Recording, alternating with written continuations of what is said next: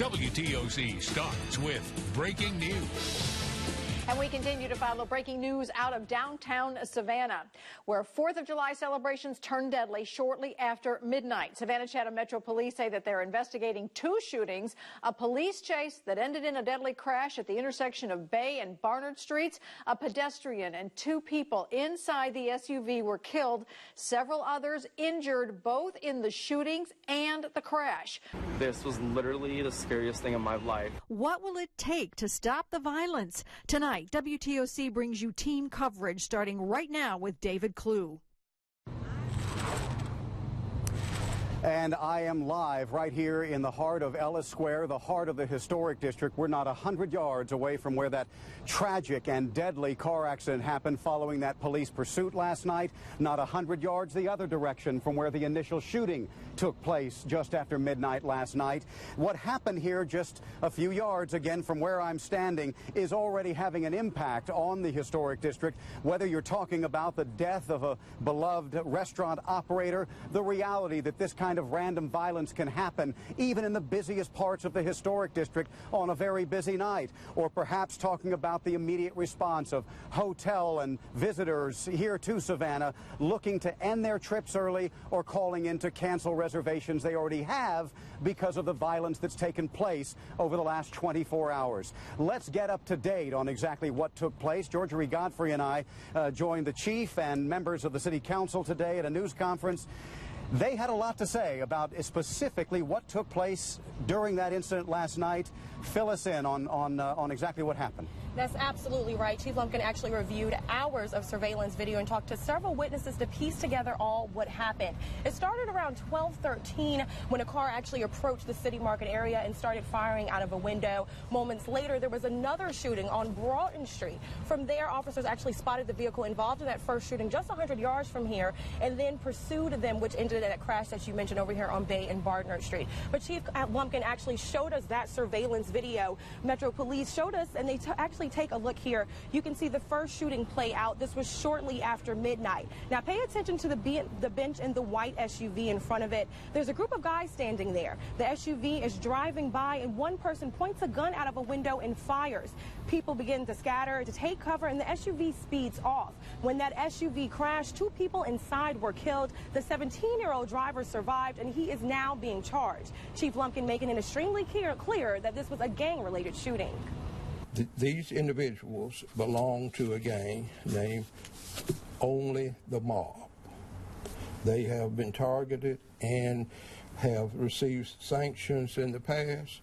This is a gang that was juvenile-based, which makes it much more difficult to bring permanent sanctions under Georgia law against them. It's predominantly associated with the east area of our city. And David, Chief Lumpkin says the 2 passengers in that car were also known for their criminal behavior. Now, they believe that second shooting, they don't know if that's related yet to this first shooting or not, but they are still looking into that to see if Chambers may have been connected to that one as well. Indicating that no one involved in this is new to the police, to law enforcement, to the courts here in Chatham County. All right, Gigi, thank you so much for that. These shootings, the police pursuit, the crash, certainly not happening in a vacant area of downtown, but in a very public and very busy place. You can only imagine how local business owners are feeling in this area and throughout the historic district as a result of what's happened. Danielle Luan has been talking to some of them, and they're the ones who really have a lot to lose. David, one of the servers told me she didn't know if it was fireworks or gunshots at first, but when she saw people flooding off of this porch and into the door taking cover, that's when she knew the situation she was in. One of the servers immediately ran to the kitchen and took cover as she said she thought it could be a mass shooting and didn't want to be in the way of any stray bullets coming through the glass. People were crying, calling their families and waiting, worried for their safety, but also friends they knew were in the area celebrating the holiday. When the shots fired, here's what happened in Wild Wings next. When I turned around to deliver the drinks, I saw everyone running in through our front doors. Since we have a market area and a patio area, everyone was trying to run inside, and people were flipping tables and stuff to try to push out of the crowd to go in there. Wild Wings says that they kept everybody inside and safe until police said that it was okay for them to come out. They then escorted them out this front door, kept all of these back streets closed off until everyone in the area was safe. Live in City Market, I'm Danielle Lewan at WTOC News. You know, there's someone else whose job gets a lot tougher when this kind of random violence dominates the headlines here in Savannah, and that's Michael Owens. He's joining me now, president of the Savannah Tourism Leadership Council. You know, when I first met you a little more than 2 years ago, we had this same discussion about the kind of impact that a single incident like this could potentially have on tourism in Savannah. What is it that's going to keep you up at nights as we move forward past this? Well, it's incidents like this. We focus very rightfully so on the immediate impact of the crime, right? There's a mother, there's a father somewhere that's lost somebody, but there is a longer term ramification that can create more problem, and that's the crime incident itself. If tourism wanes, that means jobs are lost. And when jobs are lost and unemployment goes up, well, certainly we're going to see crime increase. It's the ramification of tomorrow that we've got to keep in mind here. These jobs and livelihoods of tens of thousands of Savannians depends on this, and people are choosy when they choose their destination. We've got to make sure that this place is safe, not just saying it's safe, it is safe. So our visitors, our residents, our business owners can enjoy the beautiful downtown area and all of what Savannah has to offer. And Michael, of course, it's impossible to stop all random crime. I don't care how many cops you put on the street. Certainly. The issue is, what is council, community, what are we not doing, in your opinion, that still needs to be done? Action. Action. That's what needs to be done. There's a lot of fervor about this, and of course there is. There's fervor when anyone in our family, and I mean our Savannah family, is harmed. That's true. We can get upset. We go to Facebook. We start pointing the blame.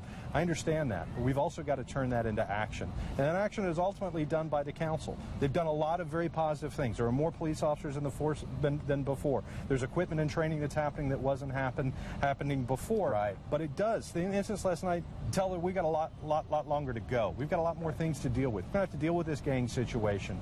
We're going to have to get on point. We're going to have to turn this anger, this sorrow, these tragedies into a positive motion that may save somebody else's life. Sure. Perhaps putting more pressure on those who control the purse strings, those who we're voting for at the ballot box. Ultimately, the decision is by City Council and the Chatham County Commission. Both of those organizations need to work together. We need more results. We appreciate what we've seen. Sure. But we need more. We've got to save more lives. Michael Owens, thank you so much. I appreciate you joining us once again tonight. Thanks, David. Another thing that I know is keeping this man up at night is the loss of a close friend, Scott Waldrop. He was struck and killed in that police pursuit when that vehicle crashed just, again, 100 yards from where we're standing now. Sean Evans is joining us now live at the Gray. That's where this gentleman, Scott Waldrop, was the general manager and, what I'm told, one of the best bartenders in the South. Sean, this has got to be hitting them hard.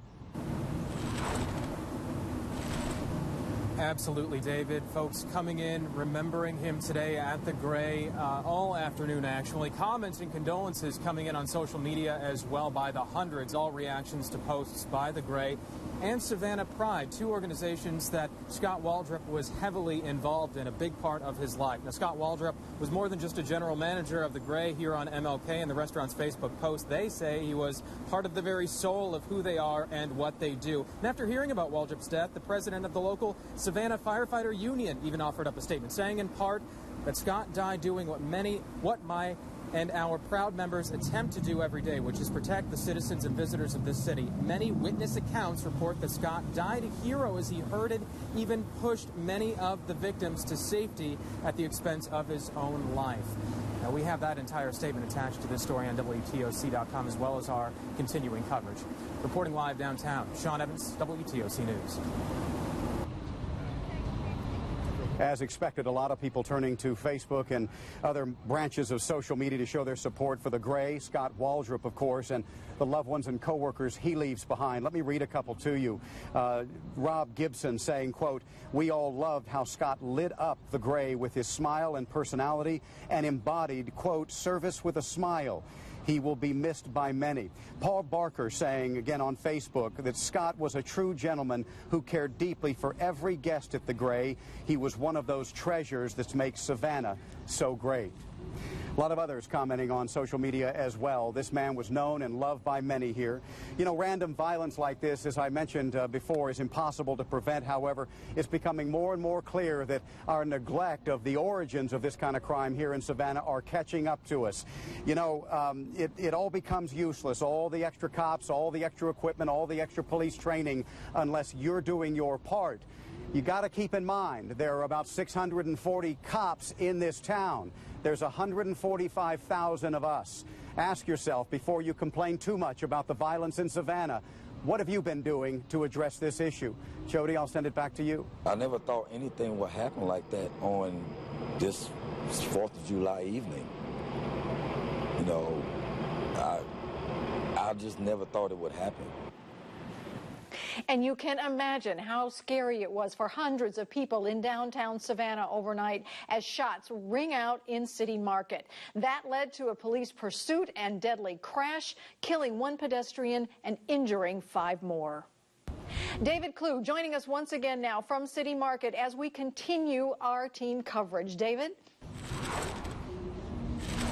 Jody, I think we were all very impressed this afternoon at that news conference with the police chief and members of city council, including the mayor, at just how much detail they were able to release about the crimes that took place here last night just after midnight. Very specific, including that piece of video that we showed you at the top of this show. I want to show it to you again, kind of talk you through it. Metro Police showing us the video of that first shooting. We saw at the top of the show the angle from across the street. You can see the same car at the top left slowly driving in front of a group of people when one person from the side fires a shot, at least one. The SUV then speeds off, that leading to a deadly crash outside Five Guys. Now, 1 person was killed there and 5 people were injured, all pedestrians there, 2 in the car. You can see Metro police officers rounding the corner very quickly, responding just in seconds. Police Chief Jack Lumpkin saying that the violence has to stop, and all of the city and county leaders as well as residents need to be making this happen. We have to hit them all over town. We also have to stop them where they are. If we don't stop them in their block, they will be in your block. So we have to have the resources to actually stop them. During Mayor Eddie DeLoach's comments at that news conference, as soon as the chief was done talking, he made an interesting comment that goes back to what are we going to put into the police force to bring this violent crime down.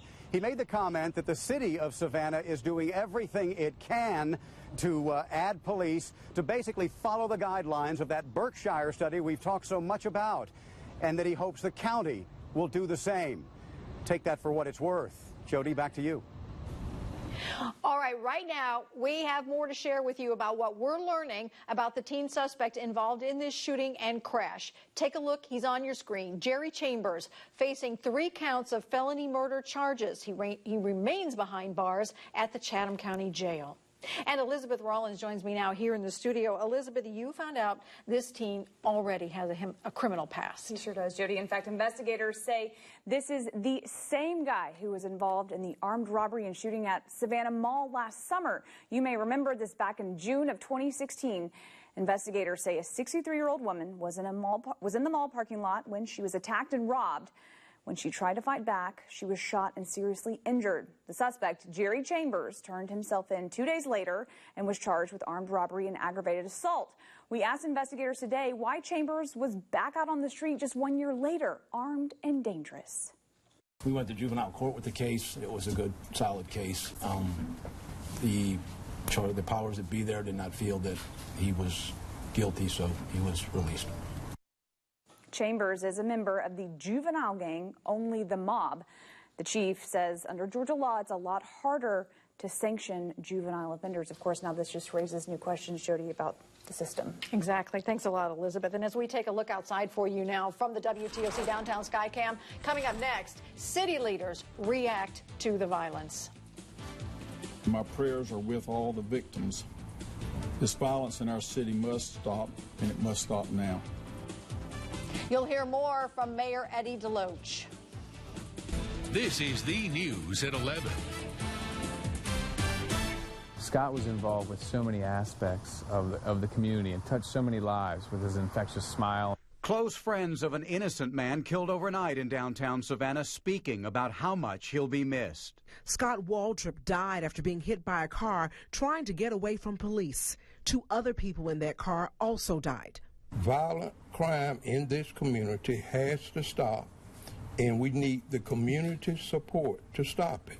The message loud and clear from local police and city leaders. I don't care if you had 1,000 officers there. That would have happened last night, because you can't get between a gun and 2 feet. Joining us live from City Market, Sean Evans. Sean, you've been talking about those very close to Scott Waldrop today. How are they remembering him? Well, Dawn, David, for much of the afternoon, friends and family gathered at the Gray, where Waldrop worked. There's also been an enormous response to the tragedy on social media. One of those posts came from the Savannah Professional Firefighters Union president, Robert Miley, a friend of Waldrop's. Scott was involved with so many aspects of the community and touched so many lives with his infectious smile and his bigger-than-life ways. In Miley's Facebook post, he says Waldrop died doing what first responders do every day, protecting people from harm. Miley points out witness reports that Waldrop got bystanders out of harm's way before the SUV police were chasing crashed on Bay Street. He served the citizens and visitors of this community that we proudly serve in one last act, which was to protect people we didn't know, and save them, push them out of the way, out of harm's way, people he didn't even know. Miley says along with remembering Scott and his impact on the community, the city needs to find a way to move forward. We need to say that these acts of violence, which it was, he was the collateral effect of a random act of violence, and those won't be tolerated. In the coming weeks, we do expect to hear about a benefit in Scott Waldrop's honor. As those details become available, we'll pass them along. Tomorrow, a show of solidarity honoring Waldrop and a call for action from Savannah city leaders is expected to take place during the city council meeting at 2 o'clock. You're seeing that event announcement called Savannah City Council Shake-Up for Scott. We've also heard there could be continuing dialogue among city leaders about the recent violence at tomorrow's meeting. For now, reporting live from City Market, Sean Evans, WTOC News. Well, a lot of people taking to Facebook to show their support for Scott Waldrop, his loved ones and co-workers at the Gray. Here are a couple of the posts. Keith Landry saying, quote, "My wife and I are deeply saddened to hear this. We loved chatting with Scott when we dined at the main bar. His spirit always lifted ours up." Ben Volvin writing, absolutely at the loss for words. Scott was one of the greatest guys I've ever met. My deepest condolences to all of his friends and family. The Gray was closed today so workers could mourn the loss of their loved one. People gathered outside crying and consoling one another. The sign at the business next door reading, "Rest in peace, Scott Waldrop. Lulu's will miss your joy, love of life, and smile." The Gray posting on it to its Facebook page as well. This reads in part, "Those of us who knew him are truly lucky and infinitely better people for having had him for far too short of a time in our lives." 0.5%. That represents the number of people living in our community willing to shoot and kill someone else in cold blood. Here in Savannah, that translates into about 750 people, mostly juveniles who don't have the capacity or maturity to understand their impact. But as we saw last night, it only takes one 17-year-old to shake this town to its core. Tonight, Metro Police Chief Jack Lumpkin did not hold back in his assessment on where we are and where we must go to save Savannah from itself. We have to hit them all over town. We also have to stop them where they are. If we don't stop them in their block, they will be in your block. Crowds of innocent people are little more than flies on a shooting range for a gangbanger bent on revenge. Savannah is quickly becoming textbook material on juvenile gang behavior. Or, if you listen to the chief at today's news conference, we've actually had that distinction for a while now. You've had shootings of gang involved here downtown for years. You didn't classify it as gang involved. And it's that denial among city leaders for years that has brought us to where we are tonight. Fighting for every scrap of intelligence that can head off events like last night's at the pass. That's getting harder in part due to social media that now allows full-blown rivalries to explode without eyes ever meeting. The digital world presents an opportunity that they can insult each other every day without being near each other. Yes, your local gangs love Facebook too, but whether last night's interaction was built on a social media tirade is not known. What is painfully obvious for a community fighting these young gangs is that its members don't think like adults, don't have the same capacity for control. In fact, many don't have much capacity to think about their actions at all. A juvenile with a gun in his hand is more dangerous than a 25 to 30-year-old with a gun in his hand. Looking back at 90% of the shootings in Savannah so far this year, it's clear it's been open season on teens. Chief Lumpkin saying today the suspect charged with 3 murders last night is a member of a gang that police have already whittled down to just a few members, all of them juveniles. That's still just one down, dozens and dozens to go. At the same news conference, Savannah Mayor Eddie DeLoach took to the podium to echo Chief Lumpkin's statements. Watch this as he lays out what needs to happen to curb the violence in our city. We need to have those officers in place now so that the chief can interrupt that before it gets downtown, before it gets in the community, before it gets in the neighborhoods. The mayor simply saying officer vacancies need to be filled as soon as possible to help stop the crime from spreading.